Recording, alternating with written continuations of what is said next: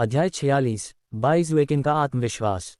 हाँ, यह एक मिस्ट स्पिरिट पूल है। बाइजुएकिन ने पुष्टि की, उसकी निगाहें उस पर टिकी हुई थीं। फिर उसने अपना सिर गुवान लॉन्ग की ओर झुकाया। और इसकी खोज सबसे पहले ट्रेजर पवेलियन ने की थी। उस एक नज़र ने सब कुछ स्पष्ट कर दिया। गुवान लॉन्ग ने अपनी दाढ़ी सहलाई और सिर हिलाया, उनकी आवाज़ में थोड़ी बेबसी झलक रही थी। ये सच है, मेरे खजाना मंडप के आदमियों ने ही इसे सबसे पहले खोजा था। अधिकार के अनुसार धुंध आत्मा कुंड हमारा होना चाहिए।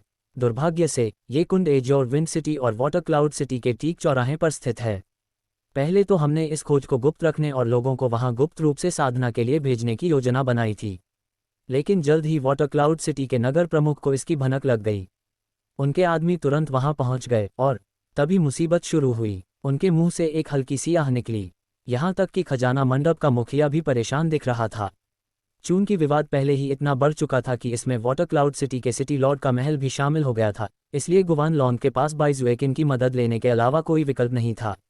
लेकिन मामला इतना आसान नहीं था। वाटर क्लाउड सिटी के नगर प्रमुख हुफू का बाइजुएकिन से लंबे समय से द्वेष था और वह उसे किसी भी तरह से सम्मान देने का इरादा नहीं रखते थे। यहाँ तक कि जब बाइजुएकिन ने दोनों शहरों के बीच मिस्ट स्पिरिट पूल को बराबर बांटने का प्रस्ताव रखा, तब भी हुफू ने साफ इनकार कर दिया। उसके इनकार से चिढ़कर बाइजुएकिन ने भी वैसा ही जवाब दिया। उसने एजोर विंड सिटी लॉर्ड के महल के रक्षकों को मिस्ट स्पिरिट पूल में भेजा और उन्हें सीधे वाटर क्लाउड सिटी की सेनाओं के सामने खड़ा कर दिया। दोनों पक्ष कई दिनों तक एक दूसरे के आमने सामने रहे, धुंध से ढके पानी के पार घूरते रहे। किसी ने भी पीछे हटने की हिम्मत नहीं की, लेकिन कोई भी पूल में प्रवेश भी नहीं कर सका। गतिरोध निरर्थक था। बाइजुएकिन और हुफू दोनों समझते थे कि अगर मामला लंबा खींचता है तो किसी को फायदा नहीं होगा। अंततः हुफू ने एक प्रस्ताव भेजा, मामले को एक ही युद्ध में सुलझाया जाए। दोनों पक्ष एक एक साधक भेजेंगे। जो भी जीतेगा उसे मिस्ट स्पिरिट पूल का उपयोग करने का पूरा अधिकार प्राप्त होगा। लेकिन हुफू ने कुछ प्रतिबंध भी लगाए। उम्मीदवारों की आयु 30 वर्ष से कम और शियानिटियन क्षेत्र शियानशन रेल्म से नीचे होनी चाहिए थी।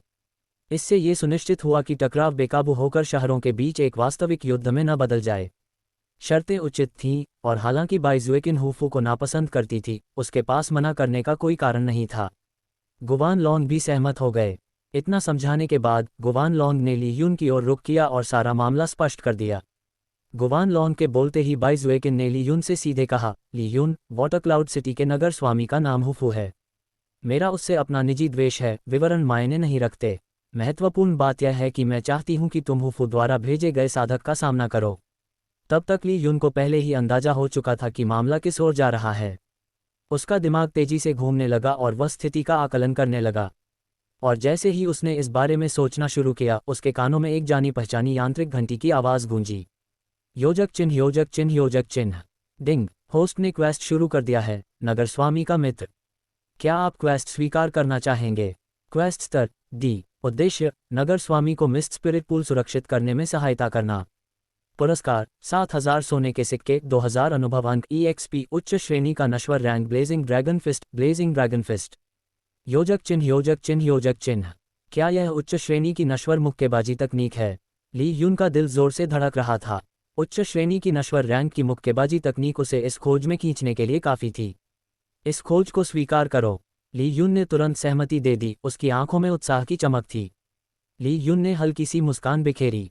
नगर स्वामी और मंडप प्रमुख, मुझ पर भरोसा करने के लिए धन्यवाद। चूंकि आप दोनों ने मेरी मदद मांगी है, इसलिए मैं मना नहीं कर सकता। लेकिन इस मिस्ट स्पिरिट पूल में कितने लोगों को साधना करने की अनुमति होगी? बेशक, अगर उसे लड़ना ही था तो वह व्यर्थ में तो नहीं लड़ेगा। भला बिना किसी लाभ के अपनी जान जोखिम में क्यों डालेगा? और इस समय ली यून को सबसे ज्यादा जरूरत साधना के लिए समय और अवसर की थी। उसकी बातों पर बाइजुएकिन और गुवान लॉन्ग ने एक दूसरे की ओर देखा, उनके होंठों के कोने हल्के से ऊपर उठे। जाहिर है, इस लड़के की नज़र मिस्ट स्पिरिट पूल के साधना कोटे पर थी। लेकिन ली यून के आने से पहले ही वे इस बात पर सहमत हो गए थे कि अगर वह एजोर विंड सिटी का प्रतिनिधित्व करता है और जीत जाता है, तो उसे बिना किसी सवाल के वह स्थान दे दिया जाएगा।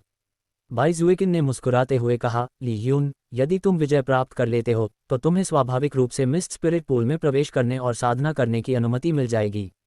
पवेलियन मास्टर गुवान भी इस बात से सहमत हो चुके हैं। फिर उसने अपना जैद जैसा हाथ पलटा और उसकी हथेली में एक नाजुक हरे नीले रंग की जैद की बोतल दिखाई दी, जिसमें से आध्यात्मिक प्रकाश की हल्की हल्की किरणें रिस रही थीं।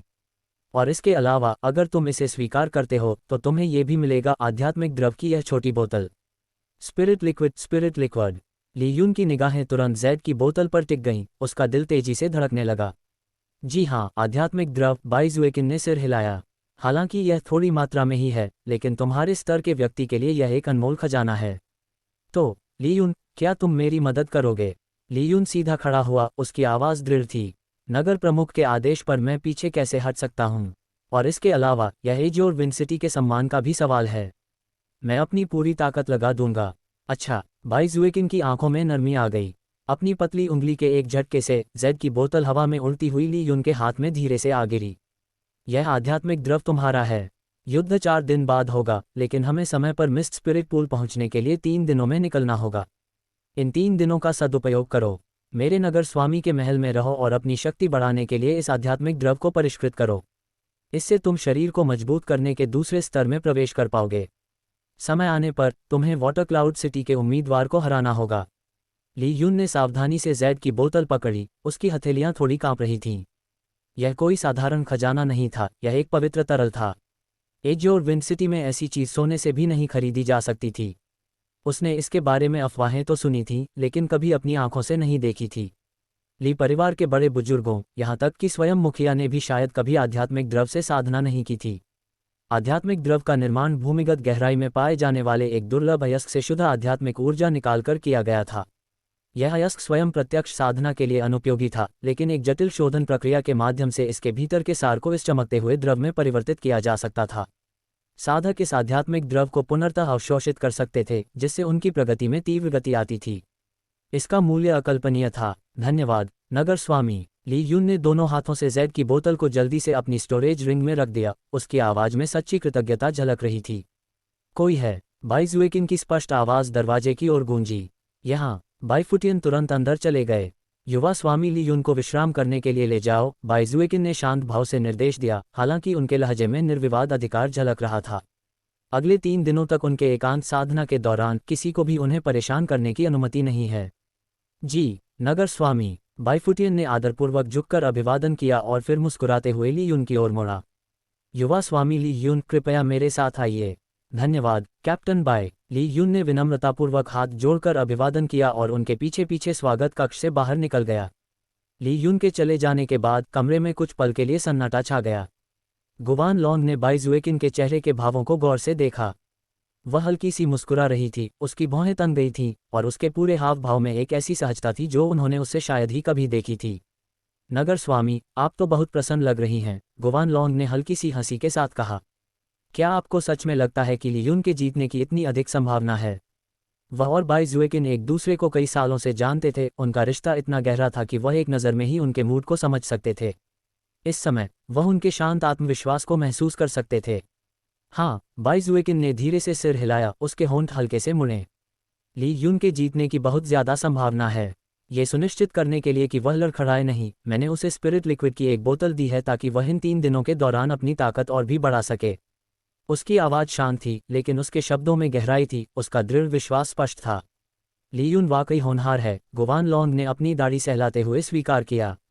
वह एज और विंड सिटी की ओर से भेजा जाने वाला सबसे उपयुक्त उम्मीदवार हो सकता है। लेकिन नगर स्वामी, आपको इतना यकीन क्यों है? वह सचमुच समझ नहीं पा रहे थे। हालांकि वह व्यक्तिगत रूप से ली यून को अच्छा मानते थे, लेकिन लड़का केवल 16 वर्ष का था। इस प्रतियोगिता की शर्तों के अनुसार 30 वर्ष तक के उम्मीदवार भाग ले सकते थे। कौन कह सकता है कि वाटर क्लाउड सिटी के नगर स्वामी हुफू किस तरह के प्रतिभाशाली व्यक्ति को भेजेंगे? ली यून ने एक बार ली शियान को शरीर को मजबूत करने वाले क्षेत्र के 4थे स्तर पर हराया था, हाँ। लेकिन हमेशा कोई न कोई उससे भी अधिक शक्तिशाली होता है। मार्शल साधना में सबसे शक्तिशाली जैसा कुछ नहीं होता, बस उससे भी अधिक शक्तिशाली होता है। तो आखिर ऐसी क्या बात थी जिसने बाई जुएकिन को इस लड़के पर इतना अटूट विश्वास दिलाया? सच कहें तो गुवान लॉन्ग ने ली यून को बाई जुएकिन के सामने इसलिए नहीं रखा था क्योंकि उन्हें सचमुच विश्वास था कि लड़के के जीतने की प्रबल संभावना है, बल्कि इसका कारण ये था कि पूरे एज और विंड सिटी में उसके जैसा दूसरा युवक मिलना लगभग असंभव था। इसके अलावा ली यून के ट्रेजर पवेलियन के साथ व्यापारिक संबंध थे। गुवान लॉन्ग के लिए उससे दोस्ती करना भविष्य में एक निवेश था। ली यून की रसायनज्ञ के रूप में क्षमता इतनी अधिक थी कि उसे नज़रअंदाज नहीं किया जा सकता था।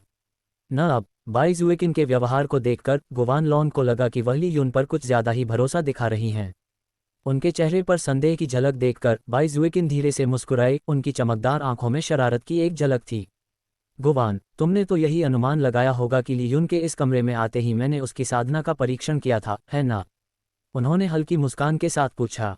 गुवान लॉन्ग ने अपनी दाढ़ी सहलाई और सिर हिलाया। हाँ, मैंने कहा था।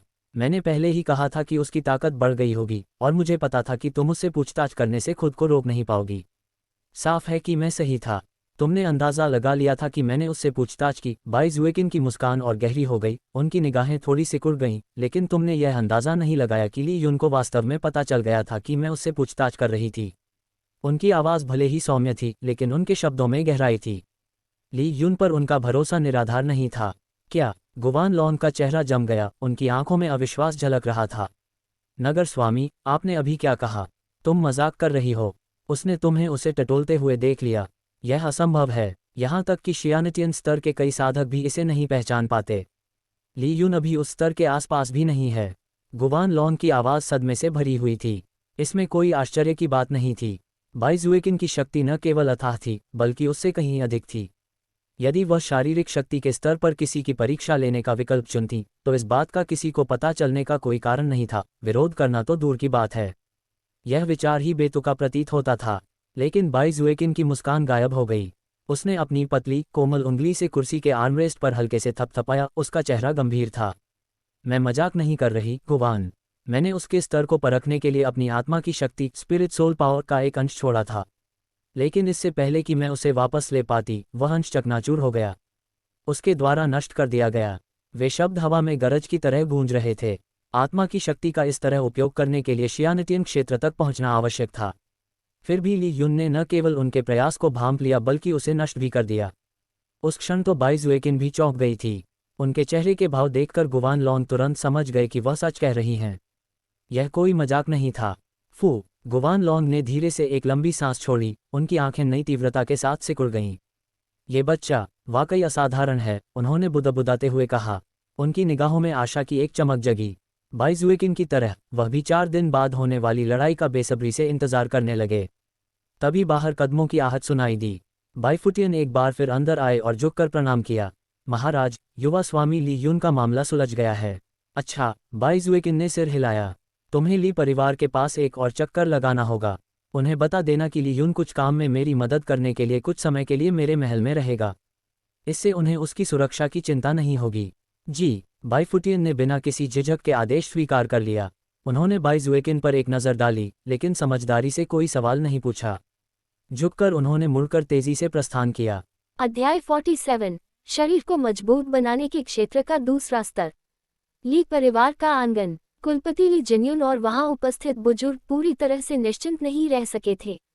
ली जिन्युन ने समाचार जुटाने के लिए नगर प्रमुख के महल में जिस व्यक्ति को भेजा था, वह अभी तक वापस नहीं लौटा था। हालांकि बाईफुटियन की पिछली यात्रा में शत्रुता का कोई निशान नहीं था और उनका रवैया विनम्र प्रतीत होता था, फिर भी अनिश्चितता उन्हें परेशान कर रही थी। उन्हें इस बात की चिंता नहीं थी कि नगर स्वामी बाई जुएकिन स्वयं ली युन को नुकसान पहुंचाएंगी। उन्हें असल में राजनीति की आशंका सता रही थी। क्या पता वान परिवार ने नगर स्वामी के साथ कोई गुप्त समझौता कर लिया हो। अगर ऐसा था, तो बाई जुएकिन द्वारा ली युन को बुलाना सुरक्षा नहीं, बल्कि खतरा साबित हो सकता था। जैसे ही वातावरण में बेचैनी बढ़ने लगी, बाईफुटियन स्वयं नगर प्रमुख का संदेश लेकर ली परिवार में लौट आए। क्या? नगर प्रमुख ली युन की मदद चाहती है। ली युन फिलहाल नगर प्रमुख के महल में ही रहेगा। वह घर नहीं लौटेगा। पूरा हॉल सन्नाटे में डूब गया। ली जिन्युन, जो शायद ही कभी विचलित होती थी, वह भी आश्चर्य से पलकें झपकाने लगी। एजोर विंड सिटी की नगर प्रमुख, जो जियानतियन क्षेत्र, शियानशन रेल्म की एक शक्तिशाली महिला थी और पारिवारिक मामलों में शायद ही कभी दखल देती थी, एक 16 वर्षीय युवक की मदद चाहती थी। आखिर चल क्या रहा था? फिर भी उनके चेहरों से तनाव धीरे धीरे कम हो गया। कम से कम इसका मतलब ये था कि ली युन पर तत्काल कोई खतरा नहीं मंडरा रहा था। अगर बाई जुएकिन का इरादा सचमुच नुकसान पहुंचाने का होता, तो वह बाईफुटियन को इस तरह का संदेश खुलेआम देने के लिए वापस नहीं भेजती। तीसरे बड़े, क्या अब आप आखिरकार शांत हो गए हैं? ली जिन्युन ने हल्की मुस्कान के साथ ली जेन की ओर मुड़ते हुए पूछा, जो कुछ क्षण पहले बेचैनी से इधर उधर घूम रहे थे। हे, चिंतित? कौन? मैं? ली जेन ने झेपते हुए हंसते हुए हाथ हिलाया। मैं आराम करने जा रहा हूँ। कुलपति जी, मैं पहले चलता हूँ। उन्होंने हाथ जोड़कर विदाई ली और बाहर चले गए। एक एक करके अन्य बुजुर्गों ने भी विदा ली, जिससे कुलपति का आंगन पहले से अधिक शांत हो गया। Dash dash dash city Lord का महल अतिथि कक्ष। ली यून के लिए तैयार किया गया कक्ष दिखावटी नहीं था, फिर भी उसकी भव्यता निर्विवाद थी। हर छोटी से छोटी चीज परिष्कृत थी, नक्काशीदार लकड़ी का फर्नीचर, पॉलिश किए हुए जैड के बर्तन और हवा में फैली हल्की सुगंध। ये व्यवस्था सरल लेकिन गरिमा में थी, जो एक संयमित भव्यता का प्रदर्शन करती थी, जो एजोर विंड सिटी के शासक के निवास के लिए उपयुक्त थी। इस समय ली यून अपने अतिथि कक्ष के पलंग पर पालथी मारकर बैठे थे, उनकी सांसें स्थिर और शांत थीं। हालांकि उनकी निगाहें उनकी हथेली में रखी पन्ना हरे रंग की जैड की बोतल पर टिकी हुई थीं। उस नाजुक बोतल के अंदर स्पिरिट का तरल पदार्थ, स्पिरिट लिक्विड था, जो साधकों की नजरों में एक अमूल्य खजाना था। चलो फिर, ली यून ने बुदबुदाते हुए कहा, उसकी आंखों में उम्मीद की चमक थी। कहते हैं कि आध्यात्मिक तरल ज़ियानतियन क्षेत्र के साधकों को भी अपार लाभ प्रदान करता है। अगर यह सच है, तो शरीर को मजबूत करने वाले क्षेत्र, बॉडी टेम्परिंग रेल्म पर ही पहुंचे मुझमें इसे ग्रहण करने के बाद किस प्रकार का परिवर्तन आएगा। उसने अपने मन से फालतू विचारों को दूर किया और धीरे से बोतल खोली। हैरानी की बात यह थी कि कोई सुगंध बाहर नहीं आई। ऐसा लग रहा था मानो स्पिरिट का तरल पदार्थ गंधहीन हो। भौहें चढ़ाते हुए ली यून ने बोतल के मुंह में झांका। खाली। उसकी भौहें और भी तन गईं। पहली नज़र में तो ऐसा लग रहा था मानो उसके अंदर एक बूंद भी तरल पदार्थ न हो। क्या हो रहा है? नगर स्वामी मुझे धोखा नहीं देंगी। क्या वह देंगी? क्या उन्होंने मुझे गलत बोतल दे दी? उसने बोतल को हल्के से हाथ में हिलाया। उसे एक हल्की सी लहर का जवाब मिला। ली यून की आंखें चमक उठीं।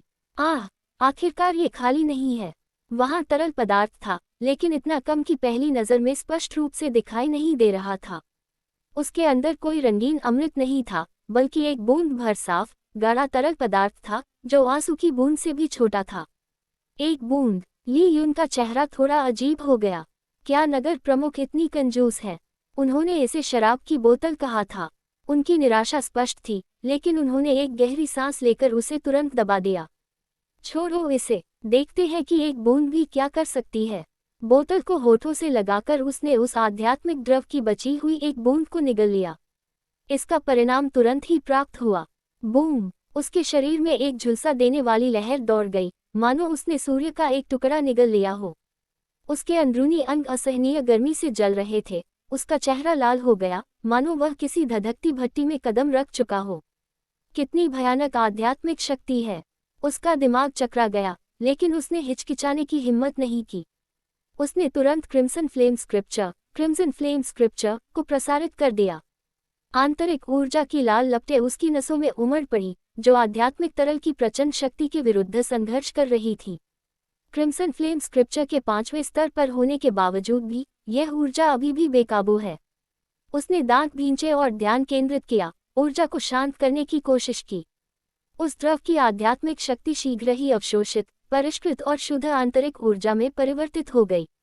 उसी समय उसकी नाड़ियां फैल गई और चौड़ी हो गई। ऊर्जा की प्रत्येक तरंग उन्हें परिष्कृत करती गई, जैसे पिघला हुआ स्टील लोहे को नया आकार देता है। इतना शक्तिशाली, बहुत शक्तिशाली! ली यून का दिल उत्साह से धड़क रहा था। वह अपनी आंतरिक ऊर्जा को हर सांस के साथ बढ़ते और मजबूत होते हुए महसूस कर रहा था। इसमें कोई आश्चर्य की बात नहीं थी कि ज़ियानतियन विशेषज्ञ भी मिस्ट स्पिरिट पूल्स के लिए जान की बाजी लगा देते थे। आध्यात्मिक द्रव की एक बूंद ही इतनी भयावह थी। शरीर को मजबूत बनाने का क्षेत्र शरीर को तैयार करने, एक ऐसा मजबूत पात्र बनाने के लिए था जो दांतियान खुलने पर चीख को धारण कर सके। पात्र जितना मजबूत होगा, उतनी ही अधिक ची वह सहन और संग्रहित कर सकेगा। और इस समय आध्यात्मिक द्रव न केवल उसकी ऊर्जा को बढ़ा रहा था, बल्कि उसे अंदर से पूरी तरह से नया रूप दे रहा था, उसकी नसों को जबरदस्त शक्ति से मजबूत बना रहा था। करक! उसके शरीर के भीतर से एक मंद सी आवाज गूंजी, जैसे कोई अवरोध टूट गया हो। उसकी आभा ऊपर की ओर बढ़ी। उसी क्षण ली यून ने शरीर को मजबूत करने वाले क्षेत्र, बॉडी टेम्परिंग रेल्म के दूसरे स्तर में प्रवेश कर लिया। ऊर्जा का उग्र प्रवाह अंततः शांत होने लगा और उसके शरीर में धीरे धीरे प्रवाहित होने लगा। एक बूंद, सिर्फ एक बूंद ने मुझे पूरे एक स्तर तक ऊपर उठा दिया। ली यून की आंखें आश्चर्य से चमक उठी, फिर तीव्र उत्साह से सिकुड़ गई।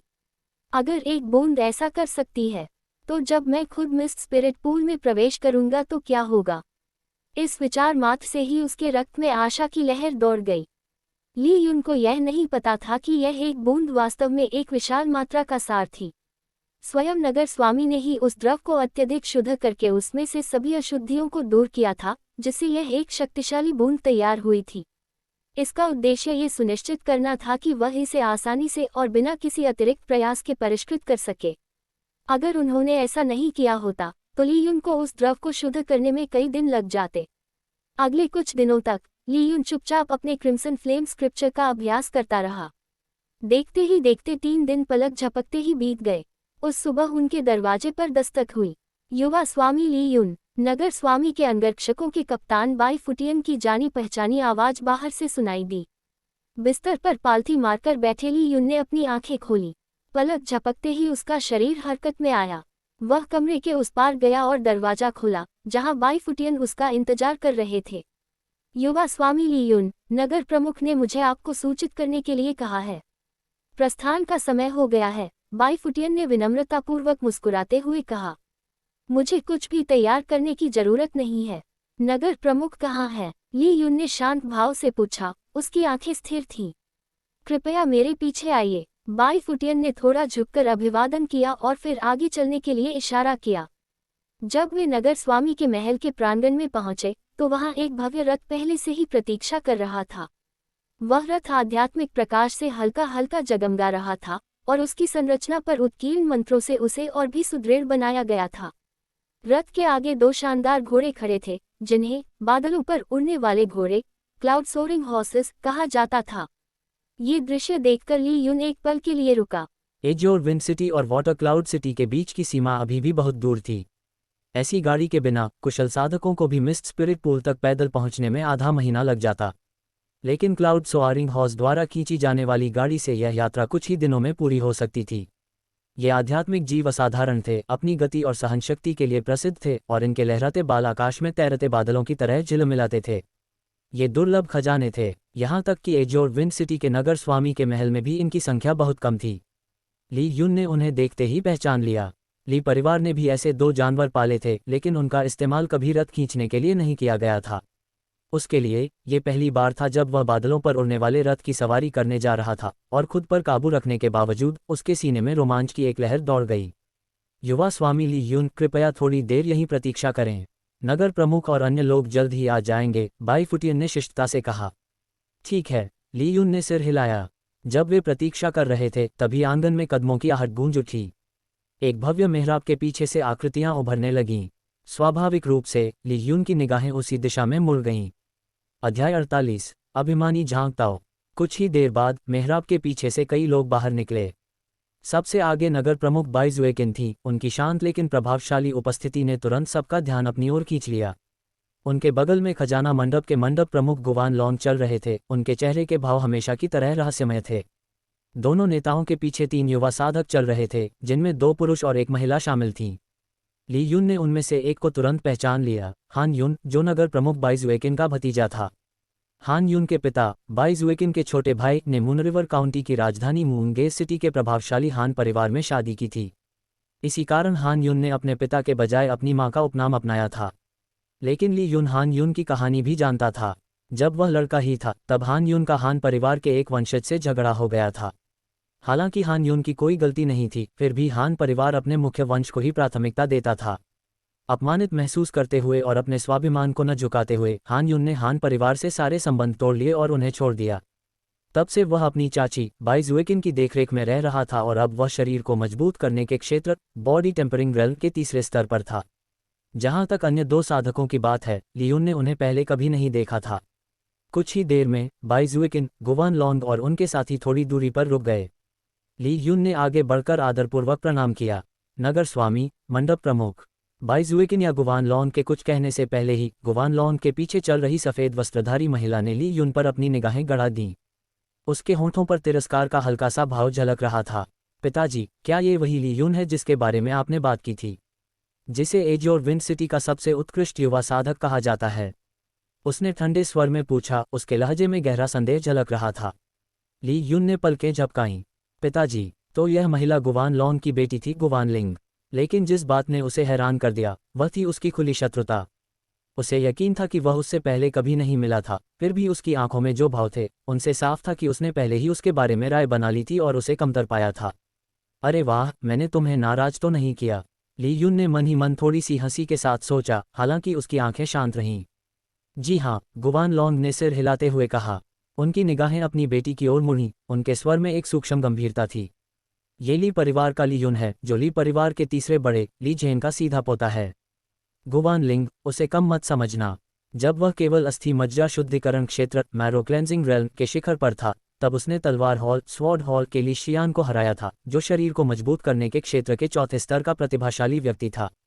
उनके शब्द गंभीर होते गए, हर एक शब्द सोच समझकर बोला गया।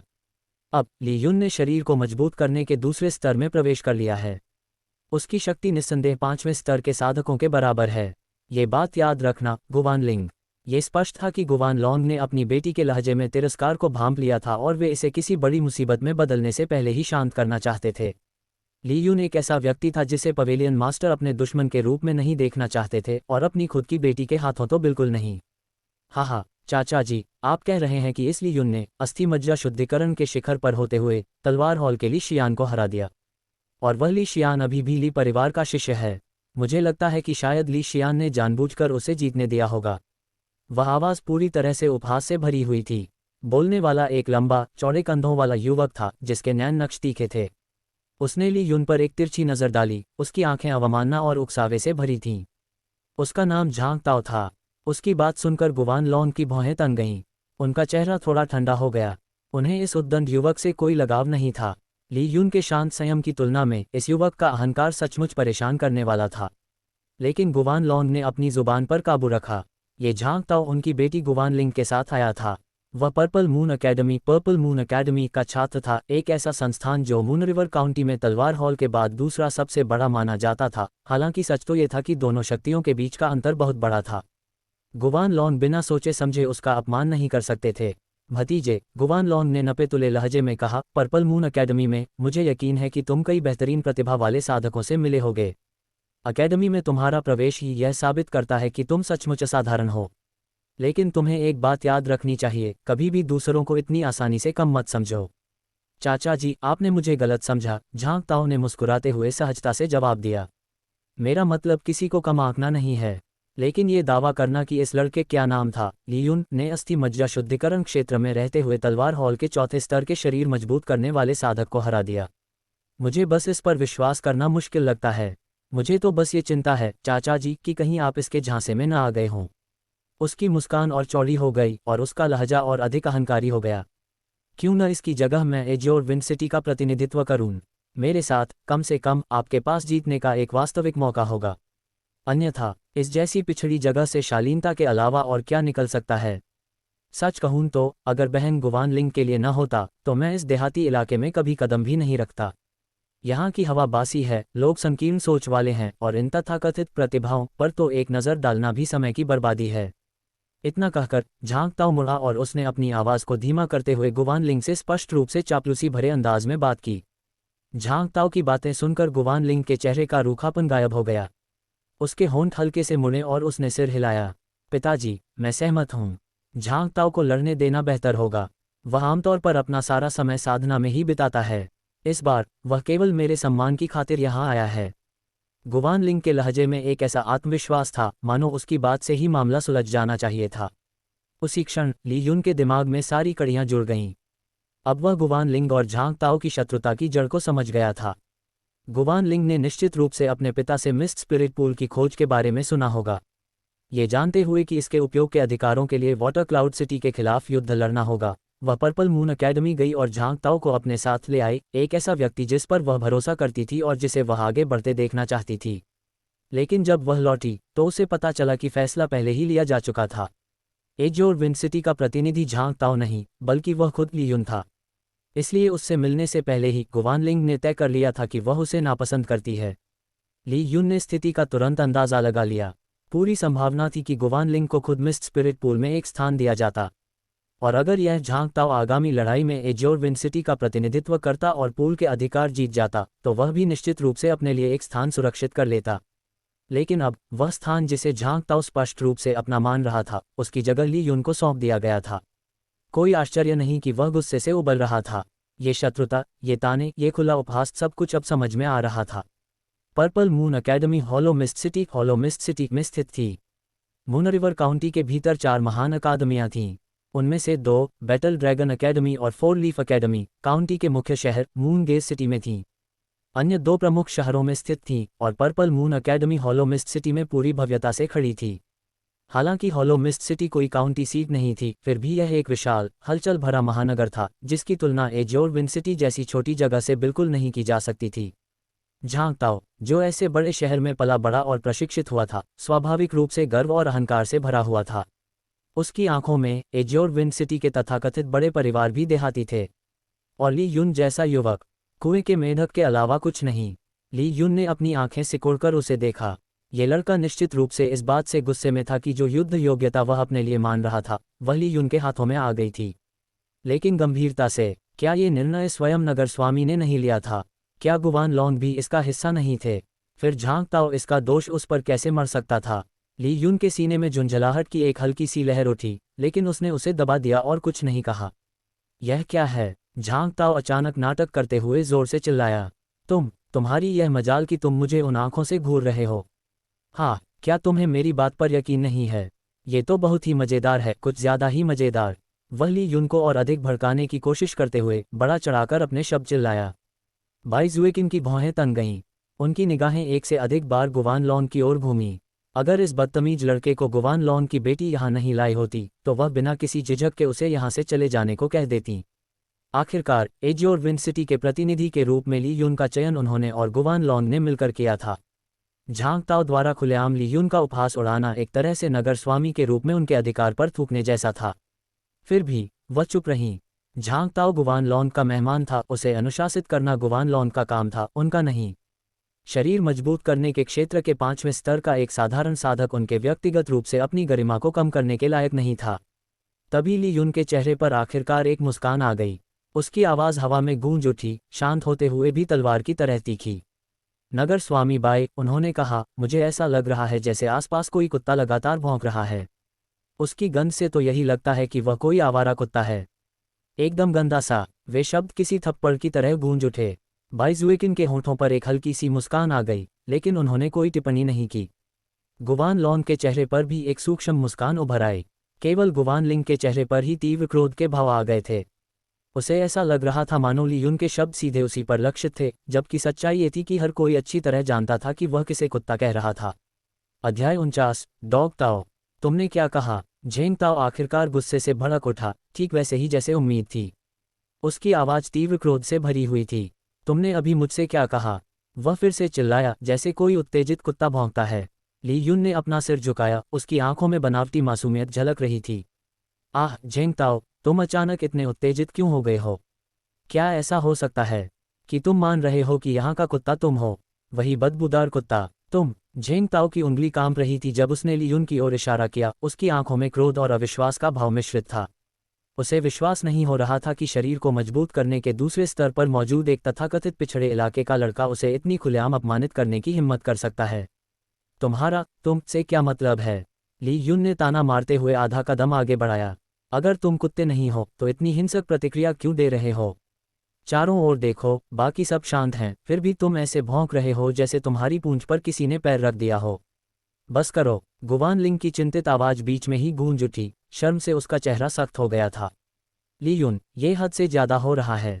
मैंने झेंग ताओ को यहाँ सिर्फ एजोर विन सिटी के लिए बुलाया था, इस शर्मनाक झगड़े में घसीटने के लिए नहीं। वह झेंग ताओ को मिस्ट स्पिरिट पूल की सुरक्षा में मदद करने के लिए इतनी दूर तक लाई थी। उसने कभी कल्पना भी नहीं की थी कि हालात इस तरह बिगड़ जाएंगे। बस, ली यून के होंठों पर एक ठंडी सी मुस्कान आ गई। देवी गुवान, मंडप स्वामी गुवान के सम्मान में मैं चुप रहूंगा। लेकिन अगर आपको लगता है कि आप किसी भी अनाड़ी को बुलाकर इतने महत्वपूर्ण मामले में आगे बढ़ा सकती हैं, तो मुझे कहना पड़ेगा कि आपका निर्णय वाकई गलत है। वे शब्द किसी तलवार की तरह चुभ गए। शर्म और गुस्से से गुवान लिंग के गाल लाल हो गए। उसने अपने जीवन में कभी किसी को इतनी बेबाकी से उससे बात करने की हिम्मत करते नहीं देखा था। पहली बार वह अवाक रह गई। तुम्हारी हिम्मत कैसे हुई मेरी बेइज्जती करने की? झेंग ताओ दहाड़ा, आखिरकार थोड़ा संभलते हुए। उसके दांत किटकिटाते हुए वह आगे बढ़ा। तो मुझसे लड़ो। अगर मैं जीत गया तो मैं ही एज्योर विन सिटी का प्रतिनिधित्व स्पिरिट पूल में करूंगा। और तुम? उसकी आंखों में क्रूर खुशी की चमक थी। तुम्हें सबके सामने जमीन पर रेंगना होगा और उस कुत्ते की तरह भौंकना होगा जैसा तुम मुझे कह रहे हो। ली यून की मुस्कान धीरे धीरे और व्यंग्यपूर्ण ढंग से चौड़ी हो गई। और मुझे बताओ, मुझे कब से हर उस कुत्ते की चुनौती स्वीकार करनी होगी जो मुझ पर भौंकता है? क्या मुझे सिर्फ इसलिए लड़ना चाहिए क्योंकि तुम ऐसा चाहते हो? झेंग ताओ लगभग खून थूकने ही वाला था। गुस्से से उसका चेहरा बिगड़ गया था, कनपटी की नसें फूल गई थीं। तो फिर तुम किस शर्त पर मानोगे? तुम्हारी क्या शर्तें हैं? ली यून की आंखों में शरारत भरी चमक थी। वह हल्के फुल्के अंदाज में हंसा, मानो किसी मामूली बात पर चर्चा कर रहा हो। कुछ खास नहीं, बस 1000 निम्न श्रेणी के स्पिरिट स्टोन्स। तुम? झेंग ताओ मानो किसी आघात से लड़खड़ा गया, क्रोध से उसका चेहरा उबलने ही वाला था। 1000 स्पिरिट स्टोन? ये तो दिन दहाड़े लूट थी। ये तो उसकी 6 महीने की बचत थी। लेकिन ली यून की आंखों में दिख रहे उपहास ने उसे कोई रास्ता नहीं छोड़ा। जबड़े में दर्द होने तक दांत पीसते हुए उसने एक थैली निकाली और उसे फेंक दिया। ली यून ने उसे सहजता से पकड़ लिया। उसने हथेली में उसका वजन किया, फिर सम्मानपूर्वक सिर हिलाते हुए कहा, चूंकि आप इतने उदार हैं तो निराश करना असभ्यता होगी। मैं इन पत्थरों को सहर्ष स्वीकार करता हूँ। उसने थैली को अपनी स्टोरेज रिंग में ऐसे डाल लिया मानो ये दुनिया की सबसे स्वाभाविक बात हो।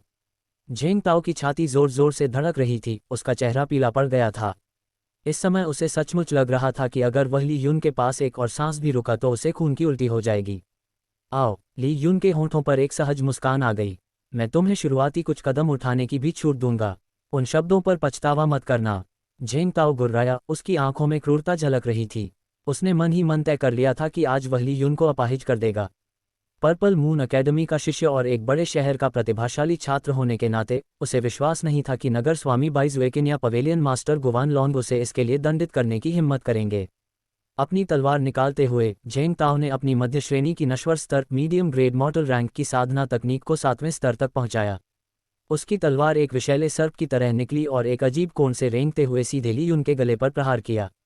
अरे, उन्नत स्तर की महारत वाली मध्यम श्रेणी की तलवारबाजी तकनीक बुरा नहीं है। ली यून की आंखों में हल्की सी चमक आ गई। अपनी उत्कृष्ट समझ और तलवारबाजी की गहरी समझ के बल पर उसने हमले को पल भर में भांप लिया। उसका पैर हल्का सा हिला। फैंटम गेल स्टेप्स का इस्तेमाल करते हुए उसका शरीर हवा के झोंके की तरह तेजी से एक तरफ मुड़ गया।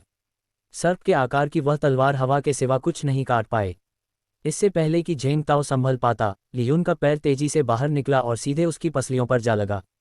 कड़क। झेंग ताओ जमीन पर बुरी तरह गिरा और लुढ़कता हुआ फर्श पर दूर जा गिरा। क्या हुआ? ली यून ने अपना सिर झुकाया, उसकी आवाज़ में बनावटी मासूमियत झलक रही थी। तुम्हारी तलवार मुझ तक क्यों नहीं पहुंच पा रही? और अरे बाप रे, तुम जमीन पर क्यों पड़े हो? अजीब बात है, मुझे लगा था कि तुम मुझ पर हमला कर रहे हो, लेकिन पता नहीं कैसे तुम ही गिर पड़े। कमीने, मैं तुझे जान से मार डालूंगा। झेंग ताओ क्रोध से लाल होकर दहाड़ा। वह उछलकर खड़ा हुआ और अपनी तलवार को ताबड़तोड़ घुमाते हुए वार करने लगा। दर्जनों वार ऐसे हुए मानो कोई सांप असंभव कोनों से वार कर रहा हो, मानो हवा को भी चीर रहा हो। ली यून ने केवल एक तिरस्कार भरी मुस्कान दी। उसका शरीर इधर उधर आगे पीछे झिलमिलाता रहा। उसकी हरकतें इतनी छोटी और सटीक थीं कि मानो वह अपनी जगह से हिल ही न रहा हो, फिर भी उसका हर वार कुछ इंच से चूक कर निकल गया। दर्शकों को ऐसा लग रहा था मानो झेंग ताओ हवा में हाथ पैर मार रहा हो और ली यून सहजता से उसकी पहुंच से बाहर नाच रहा हो। तुम ऐसे कैसे चल सकते हो? झेंग ताओ की आवाज़ अविश्वास से भर उठी। उसने अपनी गति कला का प्रयोग करते हुए बेताब होकर पीछा किया, लेकिन चाहे वह कितनी भी तेजी से भागा, वह ली यून के वस्त्रों को छू भी नहीं सका। वे पूरे इलाके में हवा के झोंके की तरह घूम रहे थे। झेंग ताओ अपनी तलवार से लगातार हमला कर रहा था और ली यून लगातार चकमा दे रहा था। ये कुछ ऐसा था मानो एक बिल्ली पूरे गुस्से में भी चूहे को छू न पा रही हो, जबकि चूहा आराम से उसके साथ खेल रहा हो। यह उच्च कोटि की नश्वर श्रेणी की फैंटम गेल स्टेप्स है, बाइज़ुएकिन ने धीरे से कहा। उनका सुंदर चेहरा प्रसन्नता भरी मुस्कान से खिल उठा। और उसने इसे कम से कम उन्नत स्तर तक विकसित किया है। ये लड़का सचमुच असाधारण है। गुवान लॉन्ग ने चमकती आंखों से सिर हिलाया।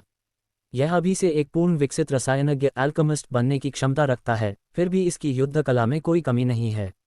एज्योर विन सिटी में दशकों से इस स्तर का कोई प्रतिभाशाली व्यक्ति नहीं देखा गया है। इसी बीच गुवान लिंग का चेहरा उतर गया था।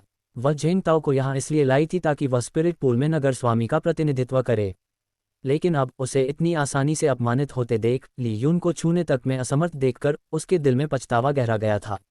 अंततः ली यून रुक गया, शांत और संयमित, मानो कोई शिकारी खेल समाप्त कर रहा हो। झेंग ताओ भी हौंफते हुए अचानक रुक गया, उसका चेहरा निराशा और अपमान से लाल हो गया था। क्या भागना बंद कर दिया? झेंग ताओ ने व्यंग्य भरे लहजे में कहा। या फिर तुमने कायरों की तरह भागना बंद कर दिया और मुझसे सीधे लड़ने का फैसला कर लिया? तुम सही कह रहे हो, ली यून ने शांत भाव से सिर हिलाया। मैंने सोचा कि मुझे तुमसे सम्मानपूर्वक लड़ना चाहिए, क्योंकि तुम्हारी दयनीय गति से भागने का अब कोई फायदा नहीं है। हा हा हा, झेंग ताओ जोर से हंस पड़ा। ली यून, मैं मानता हूं कि तुम्हारी गति मुझसे तेज है, लेकिन क्या तुम्हें सच में लगता है कि तुम शरीर को मजबूत करने के दूसरे स्तर पर अपनी दयनीय साधना से मुझे हरा सकते हो?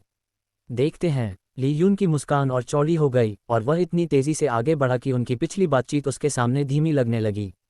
थप्पड़। आंगन में एक तीखी गड़गड़ाहट भरी आवाज गूंजी। झेंग ताओ का सिर एक तरफ झटका, उसके मुंह से खून की बूंदें बाहर निकल आईं और उसके गाल पर एक चमकदार लाल हाथ का निशान उभर आया। एक पल के लिए तो झेंग ताओ को समझ ही नहीं आया कि क्या हुआ है। जब उसके चेहरे पर तेज जलन भरी पीड़ा हुई, तब उसे होश आया कि उसे थप्पड़ मारा गया है। ली यून की आंखें थोड़ी सिकुड़ गईं, भीतर एक ठंडी सी हंसी झलक रही थी। इस मूर्ख को इतनी आसानी से छोड़ देना, बहुत दयालुता होगी। नहीं, उसे समझना होगा कि एक छोटे शहर का कोई साधारण व्यक्ति भी ऐसा नहीं है जिसे वह जब चाहे कुचल सके। गुवान लिंग एकदम सन्न रह गई, पूरी तरह से स्तब्ध। उसने कभी सपने में भी नहीं सोचा था कि जिस लड़के की उसके पिता ने इतनी प्रशंसा की थी, एज और विन सिटी का तथाकथित विलक्षण प्रतिभावान, उसमें इतनी भयानक प्रभुत्व क्षमता हो सकती है। तुम? झेंग ताओ स्तब्ध और अपमानित होकर अंततः गुस्से से बोला। क्रोध से उसका चेहरा बिगड़ गया, उसकी आंतरिक ऊर्जा उमड़ पड़ी, क्रोध की ज्वालाएं फूट पड़ीं। तुम क्या कह रहे हो? ली यून ने बीच में ही बड़ी सहजता से टोकते हुए कहा। उसका हाथ फिर से झपटा। थप्पड़। इस बार झेंग ताओ को वार आते हुए दिखाई दिया। उसने बचने के लिए अपना सिर झटका, लेकिन वह बहुत धीमा था। दूसरा थप्पड़ उसके चेहरे पर पड़ा, जो पहले से भी ज्यादा जोरदार था। मैं? झेंग ताओ की आवाज क्रोध से कांप रही थी, उसका चेहरा अब गुस्से से लाल हो रहा था। थप्पड़? मैं क्या? मैं? ली यून ने व्यंग्य करते हुए कहा और उसका हाथ फिर से झेंग ताओ पर पड़ा, जिससे वह एक कदम पीछे लड़खड़ा गया। उसने लाख कोशिश की, लेकिन वह वार से बच नहीं सका। लगातार 3 थप्पड़ खाने के बाद झेंग ताओ को आखिरकार अकल आ गई। उसने अपना मुंह कसकर बंद कर लिया, उसके होठों के कोने से खून टपक रहा था और उसका चेहरा सूज गया था। लेकिन चुप रहने पर भी उसकी क्रोधित आंखें ली यून को भेद रही थीं। थप्पड़? अभी भी मुझे घूर रहे हो? ली यून ने ठंडे स्वर में पूछा और एक बार फिर हथेली से प्रहार किया। झेंग ताओ का सिर चकरा गया, उसकी दृष्टि धुंधली हो गई और एक पल के लिए उसे लगा कि वह बेहोश हो जाएगा। 5वें स्तर के शारीरिक शक्ति संवर्धन साधक होने के बावजूद उसका अभिमान उसकी सहनशक्ति से कहीं अधिक तेजी से चकनाचूर हो गया। सहज रूप से उसने अपना सिर नीचे कर लिया और ली यून की ओर दोबारा देखने की हिम्मत नहीं की। बोलना मना है, घूरना मना है, विरोध करना मना है, वरना एक और थप्पड़ पड़ेगा। अब तुम आज्ञाकारी हो गए हो। ली यून ने एक पालतू कुत्ते को इनाम देते हुए मालिक की तरह उसके सिर पर थपथपाया। उसके चेहरे पर संतुष्टि का भाव था, मानो झेंग ताओ ने आखिरकार तमीज सीख ली हो। कुत्ते ताओ, ली यून ने व्यंग्यपूर्ण लहजे में कहा, उसकी आवाज़ शांत और तीखी थी। अगर तुम इतने ही व्यस्त हो तो जल्दी से होलो मिस्ट सिटी वापस क्यों नहीं चले जाते जहां तुम रहते हो? झेंग ताओ का दिल मानो हजारों जंगली घोड़ों के पैरों तले रौंद दिया गया हो। अपमान असहनीय था। अपने से कम उम्र और साधना में कमजोर व्यक्ति द्वारा इस तरह का बर्ताव, थप्पड़ मारना, उपहास करना और कुत्ता कहना। वह चीखना चाहता था, कोसना चाहता था, ली यून को टुकड़े टुकड़े कर देना चाहता था, लेकिन उसकी हिम्मत नहीं हुई। एक शब्द भी नहीं बोला, एक नज़र भी नहीं डाली। शक्ति के बिना उसके पास केवल एक ही विकल्प था, अपमान को सहन करना। अध्याय 50। आत्माओं के कुंड की ओर। नगर स्वामी, मंडप प्रमुख, काफी देर हो चुकी है, क्या हमें चलना नहीं चाहिए? ली यून ने शांत भाव से बाइजुएकिन और गुवान लॉन्ग की ओर मुड़ते हुए कहा, मानो कुछ हुआ ही न हो। फिर भी बाइजुएकिन और गुवान लॉन्ग दोनों ही अंदर से हिले हुए थे। उन्हें पहले से ही अंदाजा था कि झांग ताओ ली यून का मुकाबला नहीं कर पाएगा, लेकिन उन्होंने ये कल्पना भी नहीं की थी कि अंतर इतना जबरदस्त होगा। पर्पल मून अकेडमी से 5वें स्तर का शरीर मजबूत करने वाले क्षेत्र, बॉडी टेम्परिंग रेल्म का साधक माना जाने वाला झांग ताओ दयनीय स्थिति में पहुंच गया था। वह एक बार भी पलटवार करने में असमर्थ था। ली यून की युद्ध क्षमता वास्तव में भयावह थी। ली यून की बातों पर बाइजुएकिन और गुवान लॉन्ग ने एक दूसरे की ओर देखा। ठीक है, चलो चलते हैं, बाइजुएकिन ने धीरे से कहा। उनकी सिकुड़ी हुई निगाहें ली यून पर टिकी हुई थीं, मानो वे एक बार फिर उसका आकलन कर रही हों। जाओ, गुवान लॉन्ग ने सिर हिलाकर जवाब दिया। झांग ताओ वहीं खड़ा रहा, उसकी निगाहें गुवान लिंग की ओर टिकी थीं, मानो वह किसी मदद की भीख मांग रहा हो। लेकिन डर ने उसकी जबान बंद कर दी थी। उसे डर था कि अगर उसने बोलने की हिम्मत की तो ली यून उसे पीटने का कोई और बहाना ढूंढ लेगा। गुवान लिंग ने उसकी दया भरी निगाहों को महसूस किया और अपनी नज़रें उससे हटा लीं। एक समय था जब झांग ताओ का सुंदर चेहरा गर्व और घमंड से भरा होता था, अब वह बुरी तरह सूजा हुआ था, मानो किसी सुअ का सिर हो। उसके होंठों पर घृणा की शिकन आ गई। झांग ताओ, तुम खुद ही हॉलो मिस्ट सिटी लौट जाओ। जब यह मामला सुलझ जाएगा मैं पर्पल मून अकेडमी आऊंगी, उसने ठंडे स्वर में कहा। उसकी आवाज़ में न तो सांत्वना थी और न ही सहानुभूति। फिर लगभग अनजाने में ही उसकी नज़र ली युन पर वापस चली गई। आज की घटनाओं ने उसे झकझोर दिया था। उसे आखिरकार समझ आ गया था कि उसके पिता ने इस युवक को एज्योर विंसिटी का सबसे उत्कृष्ट साधक क्यों कहा था। झांग ताओ ने एक दयनीय आवाज़ निकाली और पिटे हुए कुत्ते की तरह वहीं खड़ा रहा। जो कुछ ही पल पहले घृणास्पद था अब वह बेहद दयनीय लग रहा था। उसकी इस बेइज्जती के लिए कोई और नहीं बल्कि वह खुद ही जिम्मेदार था। उसने ली युन को बार बार उकसाया था, जिसके परिणामस्वरूप उसे यह भारी नुकसान उठाना पड़ा। उसे एक और नज़र डाले बिना ली युन और अन्य लोग क्लाउड सोआरिंग कैरेज में सवार हो गए। अंदर से गाड़ी बेहद विशाल और आलीशान थी, जिसमें 5 लोग बिना किसी घुटन के आराम से बैठ सकते थे। बाहर कैप्टन बाईफुटियन ने लगाम संभाली और शानदार बादलों पर उड़ने वाले घोड़ों को आगे बढ़ाया। नगर स्वामी, क्या हम तैयार हैं? बाईफुटियन की आवाज़ रथ के बाहर से आई। चलो चलें, बाई जुएकिन ने उत्तर दिया। बादलों में उड़ने वाली गाड़ी में एक जोरदार कंपन हुआ, फिर वह सुचारू रूप से आगे बढ़ी और प्रभावशाली गति से आगे बढ़ने लगी। रथ के अंदर हान युन ने ली युन की ओर देखा, उसका चेहरा प्रशंसा से चमक रहा था। युवा स्वामी ली युन, मैं वास्तव में आपकी सराहना करता हूँ। उसने स्वीकृति में अंगूठा उठाया। लंबे समय से हान युन को झांग ताओ असहनीय लगता था, लेकिन उससे मुकाबला करने की क्षमता न होने के कारण वह केवल सहन कर सकता था। अब ली युन को उसे बुरी तरह पीटते देखना उसे बेहद संतोषजनक लगा। फिर भी उस संतुष्टि के नीचे एक विस्मय छिपा था। हान युन ने ली युन को पहले भी एक बार खजाना मंडप में एक छोटी सी नीलामी में देखा था। उस समय हालांकि ली युन ने झाओ परिवार के झाओ शियाओटियन से भिड़ने की हिम्मत दिखाई थी, लेकिन हान युन ने उस पर ज्यादा ध्यान नहीं दिया था। किसने सोचा होगा कि इतने कम समय में ये युवक, जिसे कभी कमजोर कहकर उपहास उड़ाया जाता था, एक इतनी भयानक शक्ति में तब्दील हो जाएगा। अफवाहों का वास्तव में कोई मूल्य नहीं था।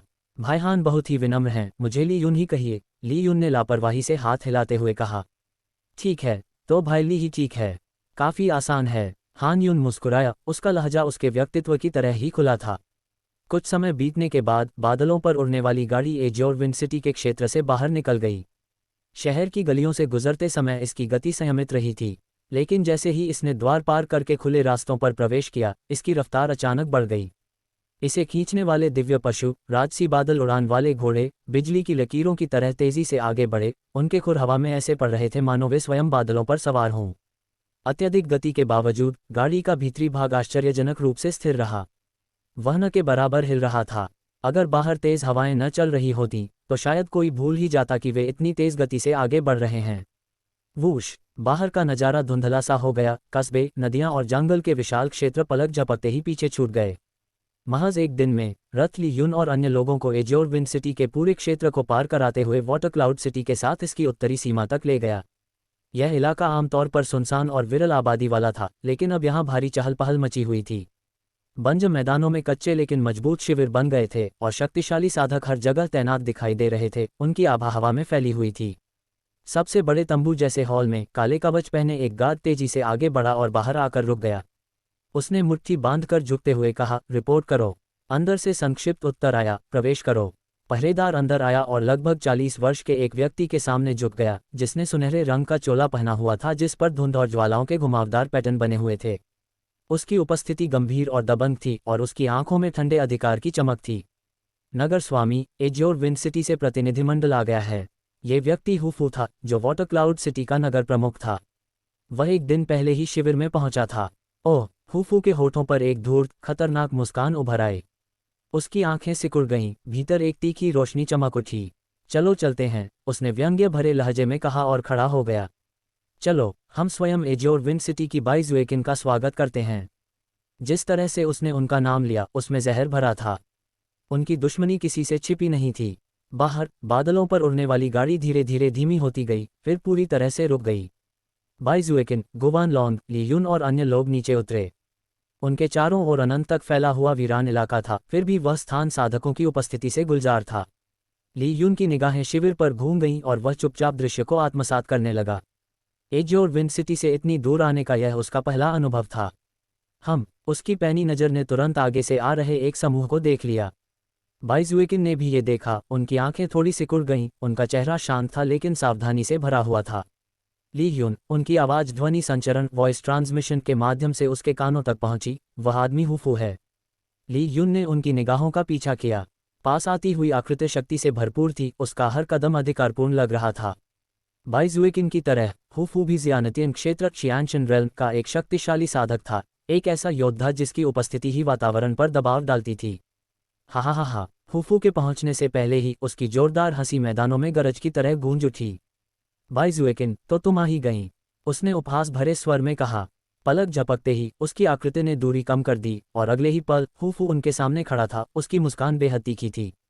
नहीं आती, मैं कैसे नहीं आती? बाइजुएकिन के होंठों पर एक शांत मुस्कान आ गई। हुफू, लगता है तुम काफी जल्दी आ गए। बिल्कुल, हुफू ने सहजता से जवाब दिया, उसकी आंखें सिकुड़कर पतली हो गईं। मैं हमारे समझौते का पालन करने के लिए उत्सुक था, बाइजुएकिन।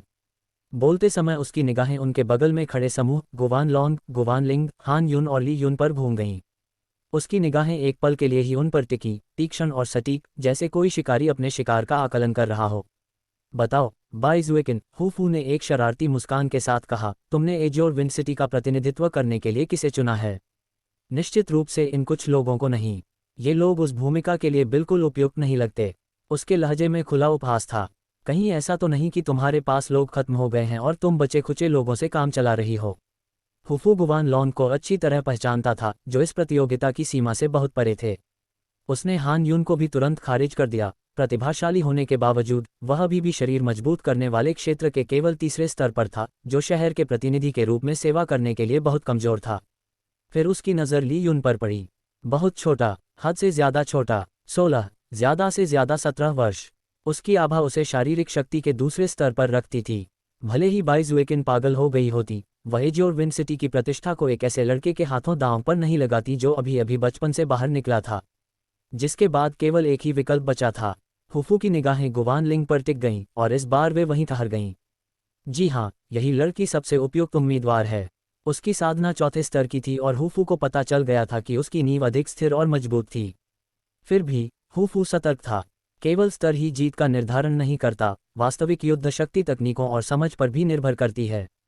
विशेष रूप से युद्ध कला में कुछ साधक, भले ही उनका स्तर निम्न हो, एक उन्नत तकनीक का प्रयोग करके अपने से उच्च स्तर के प्रतिद्वंद्वियों को भी पराजित कर सकते थे, लेकिन इसके लिए वर्षों के अभ्यास की आवश्यकता होती थी। ली यून जैसे युवा के लिए ज्यादा से ज्यादा वह किसी निम्न श्रेणी की तकनीक को ही समझ पाता, और वह भी केवल सतही तौर पर। हुफू ने ली यून पर आखिरी बार नजर डाली, उसकी आंखों में पहचान की एक हल्की सी झलक दिखी। 16 साल का बच्चा अभी से ही बॉडी टेम्परिंग के दूसरे स्तर पर है। उसकी क्षमता असाधारण है, लेकिन क्षमता ही तात्कालिक ताकत नहीं होती। ये सोचकर उसने ली यून को पूरी तरह से दिमाग से निकाल दिया। ठीक तभी दा धूल भरी जमीन पर बख्तरबंद जूतों की धमक की आवाज गूंज उठी। एजोर विंड सिटी के लॉर्ड्स मैंशन के कमांडर झेंग डोंगक्सु गार्डों के एक दस्ते के नेतृत्व में प्रकट हुए। उनके कवच सूर्य की रोशनी में चमक रहे थे क्योंकि वे एकदम सही गठन में आगे बढ़ रहे थे। नगर स्वामी झेंग डोंगक्सु ने बाइजुएकिन के सामने रुकते हुए गहरा प्रणाम किया, उनकी आवाज में आदर का भाव गूंज रहा था। बाइजुएकिन ने हल्के से अपना हाथ उठाकर झेंग डोंगक्सु को अपनी बात जारी रखने का इशारा किया। पिछले कई दिनों से Zheng Dongxu Azure wind city lord के महल के रक्षकों का नेतृत्व कर रहे थे और मिस्ट स्पिरिट पूल पर डटे हुए थे। वाटर क्लाउड सिटी की सेनाओं के साथ उनका तनावपूर्ण गतिरोध बना हुआ था। दोनों पक्षों में से किसी ने भी लापरवाही बरतने की हिम्मत नहीं की थी। आज चुने हुए प्रतिनिधियों के बीच द्वंद्व युद्ध से पहले किसी को भी कुंड की ऊर्जा को छूने की अनुमति नहीं थी।